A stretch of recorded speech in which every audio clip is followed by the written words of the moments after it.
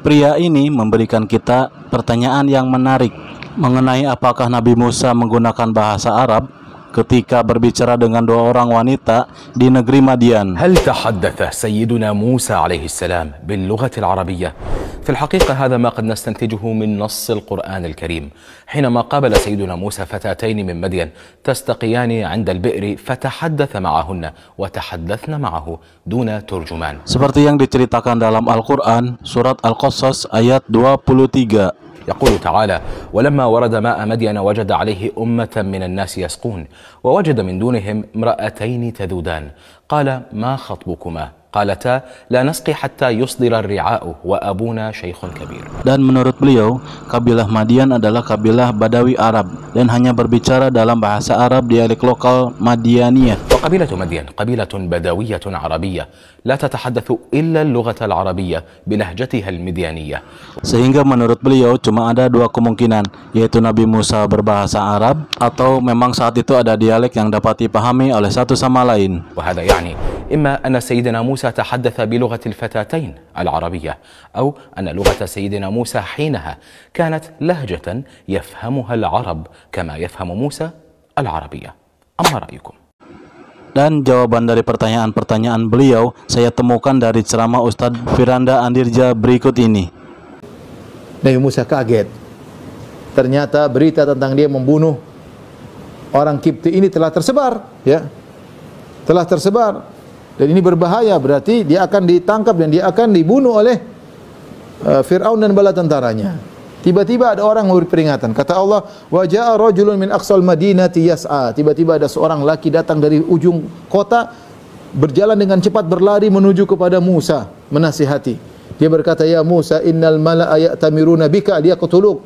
Wahai Musa, sungguhnya para pembesar negeri sedang merundingkan untuk membunuhmu. Fakhruj inni laka minan nasihin. Keluarlah engkau dari negeri ini. Saya sungguh ingin kebaikan bagimu. Siapakah orang ini yang datang memberi nasihat kepada Musa agar pergi meninggalkan kota Mesir? Tidak ada yang tahu siapa orang tersebut. Tetapi Allah sebutkan bagaimana dia datang bergegas, bersegera, berlari-lari untuk menasihati Nabi Musa, untuk kebaikan Nabi Musa. Dan dia mengatakan, ya, fakhruj inni laka minan nasihin. Keluarlah engkau dari negeri Mesir, sungguhnya aku sangat ingin kebaikan bagimu. Akhirnya nasihat orang ini dengar oleh Nabi Musa. Fa kharaja minha khaifan yataraqab. Maka Nabi Musa pun segera kabur dari kota Mesir. Dia kabur dari kota Mesir sambil ketakutan dan berdoa kepada Allah. Qala rabbi najjini minal qaumidz zalimin. Ya Allah, selamatkanlah aku dari orang-orang yang zalim, ya. Maka dia pun segera pergi tanpa bawa bekal.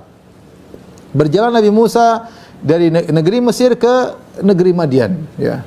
Di luar kekuasaan Fir'aun, dan mungkin entah berapa ribu kilo dia berjalan tanpa bekal, sambil disebutkan dia makan daun-daun di tengah jalan. Sebelumnya dia adalah anak orang kaya, anak angkatnya Fir'aun yang makannya selalu bergizi, minta apa saja dikabulkan.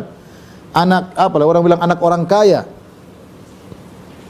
anak-anak kompleks bahasa kita. Artinya apa? Bagaimana tidak, dia bapak angkatnya Fir'aun. Siapa yang tidak hormat sama Musa? Makan apa saja bisa. Karena dia tiba-tiba dalam kondisi dia tidak sempat untuk bersiap, tidak sempat mengambil bekal, dia langsung pergi menuju ke negeri Madian, kabur sebelum ketangkap. Akhirnya dia berjalan ribuan kilo sampailah di suatu kota namanya kota Madian. Walamma tawajjaha tilqa Madian, dia tatkala dia berjalan menuju ke arah negeri Madian, dia berdoa lagi, asa rabbi an yahdiyani sawa'as sabil. Doa tidak pernah berhenti, ya. Semoga Allah membimbingku kepada jalan yang benar. Subhanallah, ya ikhwan. Sampailah dia dengan kelaparan yang luar biasa di negeri Madian. Walamma warada ma'a Madiana wajada alai ummatan minan nasi yaskun. Tatkala dia sampai di negeri Madian, dia mendapati sekelompok orang-orang sedang mengambil air di sebuah sumur. Wa wajada min dunihim imra'ataini tadhudan. Ternyata di antara sekelompok orang-orang tersebut ada dua wanita yang menghalang-halangi kambingnya yang ingin minum, dihalang-halangi. Namun mereka tidak ambil air, mereka hanya nongkrong nungguin bapak-bapak pada ngambil air. Nabi Musa kasihan, Nabi Musa datang kepada mereka, qala ma khatbukuma. Nabi iba, lihat apa namanya, ada perempuan seperti itu kasihan. Dia mengatakan, ada apa gelangan kalian? Kenapa tidak ambil air? Qala la nasqi hatta yusdira ri'a. Kami tidak bisa ambil air sampai orang-orang semua pergi. Kenapa kami yang harus ambil air sementara semua laki-laki kami perempuan? Wa abuna syaikhun kabir, karena bapak kami sudah sangat tua. Dikisahkan salah satu wanita yang disebutkan dalam ayat itu akhirnya dinikahi oleh Nabi Musa. Namun wanita itu bukanlah anaknya Nabi Syuaib, karena Nabi Syuaib dengan Nabi Musa beda zaman. Seperti yang dijelaskan oleh Ustadz Firanda berikut ini. Yang perlu saya ingatkan juga bahwasanya Nabi Syuaib yang kita bahas ini bukanlah persangkaan sebagian orang yang menyangka Syuaib yang bertemu dengan Nabi Musa alaihissalam di Madian. Memang benar dalam surat Al-Qasas Allah berfirman, "Walamma warada ma'a Madyana." Ya, wajada alaihi ummatan minan nas wa wajada min dunihim imra'ataini tazudan. Qala ma khatbukuma. Tatkala Nabi Musa alaihissalam lari dari Mesir dari kejaran Firaun, Nabi Musa alaihissalam mampir di negeri Madian. Kemudian sampailah di mata air di kota Madian. Kemudian dia mendapati sekelompok orang sedang mengambil air, kemudian ada dua wanita yang kemudian tidak mengambil air. Akhirnya Nabi Musa bicara dengan mereka dan bantu mereka. Akhirnya Nabi Musa alaihissalam kemudian dipertemukan dengan ayah dari dua wanita tersebut dan akhirnya Nabi Musa menikah dengan salah seorang dari dua wanita tersebut. Nah, mertua Nabi Musa bukan Nabi Syuaib.